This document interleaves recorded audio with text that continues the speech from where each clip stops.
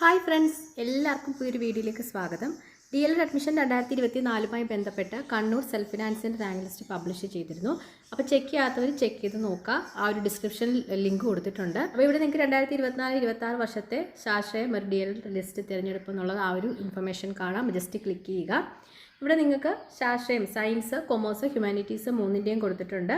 അപ്പോൾ അതിൻ്റെ ആ ഒരു ഡീറ്റെയിൽസ് അറിയാനായിട്ട് നിങ്ങൾക്ക് ഇവിടെ ക്ലിക്ക് ചെയ്യുക എന്നുള്ളത് ജസ്റ്റ് ക്ലിക്ക് ചെയ്ത് കഴിഞ്ഞാൽ ആ ഒരു ഇൻ്റർവ്യൂ മെമ്മോയും അതോടൊപ്പം തന്നെ ലിസ്റ്റും നിങ്ങൾക്ക് അതിൻ്റെ തൊട്ട് താഴെയായിട്ട് കാണാനായിട്ട് സാധിക്കും. അപ്പോൾ നമുക്ക് അതിൻ്റെ ഡീറ്റെയിൽസ് നോക്കാം ഇനി. അപ്പോൾ സയൻസിൻ്റെ ഇൻ്റർവ്യൂ നടക്കുന്നത് സെപ്റ്റംബർ 3 രാവിലെ 9 മണിക്കാണ് കണ്ണൂർ GTTIയിൽ വെച്ചാണ് നടക്കുന്നത്.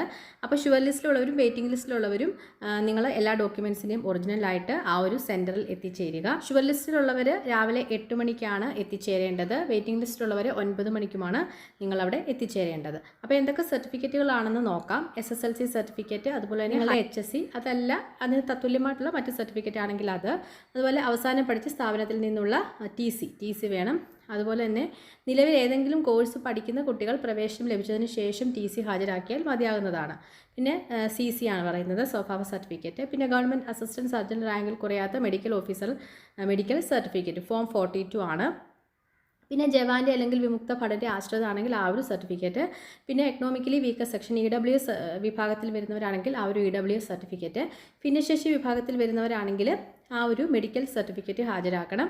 പിന്നെ NCC സർട്ടിഫിക്കറ്റ്, പിന്നെ OBC വിഭാഗം ഉണ്ടെങ്കിൽ നോൺ ക്രീമിലിയർ സർട്ടിഫിക്കറ്റ്. അപ്പോൾ ഇത്രയും സർട്ടിഫിക്കറ്റുകളാണ് നിങ്ങൾ പ്രധാനമായും കൊണ്ടുപോകേണ്ടത്. അപ്പോൾ നിങ്ങൾക്ക് ഇതിൻ്റെ താഴെയായിട്ട് തന്നെ ആ ഒരു ലിസ്റ്റ്, റാങ്ക് ലിസ്റ്റ് നിങ്ങൾക്ക് കാണാനായിട്ട് സാധിക്കും. അവിടെ ഡീറ്റെയിൽസ്, ടോട്ടൽ സീറ്റ്സ്, ജനറൽ സീറ്റ്സിന് എത്രയാണ് വരുന്നത്, അതുപോലെ റിസർവേഷൻ എത്രയാണ് വരുന്നത്, ഇങ്ങനെയുള്ള എല്ലാ ഡീറ്റെയിൽസും ഉണ്ടാകും.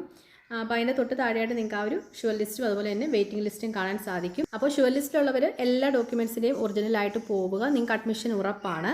നിങ്ങൾക്ക് ഇഷ്ടമുള്ള കോളേജ് അവിടെ പറയുന്ന അനുസരിച്ച് നിങ്ങൾക്ക് ആ ഒരു കോളേജ് അവിടെ അലോട്ട് ചെയ്ത് നൽകുന്നതായിരിക്കും. അതുപോലെ തന്നെ വെയിറ്റിംഗ് ലിസ്റ്റിലുള്ളവർക്ക് ഷുവർ ലിസ്റ്റിലുള്ളവരുടെ ആബ്സെൻസിലായിരിക്കും ലഭിക്കുന്നത്. വെയിറ്റിംഗ് ലിസ്റ്റിലുള്ളവർ മാക്സിമം പോകാനായിട്ട് ശ്രദ്ധിക്കുക. ഓക്കെ, സെൽഫ് ഫിനാൻസിലെ വെയിറ്റിംഗ് ലിസ്റ്റിലുള്ള വിദ്യാർത്ഥികൾക്ക് കൂടുതൽ കിട്ടാനുള്ള സാധ്യതയുണ്ട്. അതുകൊണ്ട് തന്നെ വെയിറ്റിംഗ് ലിസ്റ്റിലുള്ളവർ പോകാനായിട്ട് ശ്രദ്ധിക്കുക. അപ്പോൾ ഹ്യൂമാനിറ്റീസിൻ്റെ ഇൻ്റർവ്യൂ നടക്കുന്നത് സെപ്റ്റംബർ 4 ആ സെയിം സെൻറ്ററിൽ വെച്ച് തന്നെയാണ് നടക്കുന്നത്. ഷുവർ ലിസ്റ്റിലുള്ളവർ 8 മണിക്കും വെയിറ്റിംഗ് ലിസ്റ്റിലുള്ളവർ 9 മണിക്കും എത്തിച്ചേരുക. പിന്നെ സർട്ടിഫിക്കറ്റുകളെല്ലാം അത് തന്നെയാണ് വരുന്നത്. ഇതിൻ്റെ തൊട്ട് താഴെ നിങ്ങൾക്ക് ആ ഒരു റാങ്ക് ലിസ്റ്റ് കൊടുത്തിട്ടുണ്ട്. കൊമേഴ്സ് വിഭാഗത്തിൽ വരുന്നവർക്ക് സെപ്റ്റംബർ 5 അതിൻ്റെ തൊട്ട് താഴെയായിട്ട് ആ ഒരു റാങ്ക് ലിസ്റ്റ് കൊടുത്തിട്ടുണ്ട്. അപ്പോൾ എല്ലാവരും റാങ്ക് ലിസ്റ്റ് ചെക്ക് ചെയ്യാത്തവരുണ്ടെങ്കിൽ ചെക്ക് ചെയ്ത് നോക്കുക. അപ്പോൾ സെൽഫ് ഫിനാൻസിൽ ടോട്ടൽ ഫീ വരുന്നത് 60,000 60,000 രൂപയാണ് 2 വർഷം കൂടി വരുന്നത്. ഒരു വർഷം നിങ്ങൾക്ക് 30,000 രൂപ വരും. നിങ്ങൾക്കത് സെമസ്റ്റർ വൈസ് അടയ്ക്കാം. മീൻസ് 6 മാസത്തിൽ നിങ്ങൾക്ക് 15,000 രൂപ വെച്ച് അടയ്ക്കാം. ആ ഒരു രീതിയിൽ നിങ്ങൾക്ക് അടയ്ക്കാൻ സാധിക്കും. അതുകൂടാതെ നിങ്ങൾക്ക് ആദ്യം അഡ്മിഷൻ ഫീ പോലുള്ള എമൗണ്ട് ഒക്കെ ഉണ്ടാകും. പിന്നെ യൂണിഫോം അങ്ങനെയുള്ള എമൗണ്ട്സ് ഒക്കെ വരും. ഓക്കെ, അപ്പോൾ നിങ്ങളതൊക്കെ കരുതുക. നിങ്ങൾ ഇപ്പോൾ അഡ്മിഷൻ എടുക്കാൻ ചെല്ലുന്ന സമയത്ത് നിങ്ങൾ മുഴുവൻ ഫീസും അടയ്ക്കേണ്ടതായിട്ട് വരില്ല. എങ്കിലും നിങ്ങൾ കുറച്ച് ഫീസ് കരുതിക്കൊണ്ട് പോകുന്നത് വളരെ നല്ലതായിരിക്കും. ആ ഒരു കാര്യം നിങ്ങൾ ശ്രദ്ധിക്കുക. ഓക്കെ, അപ്പോൾ ഇത്രയും കാര്യങ്ങളാണ് നമുക്ക് ഈ ഒരു വീഡിയോയിൽ ഷെയർ ചെയ്യാനുള്ളത്. ഏറ്റവും ലേറ്റസ്റ്റ് അപ്ഡേറ്റുമായിട്ട് വീണ്ടും കാണാം. അതുവരെ ബൈ, താങ്ക്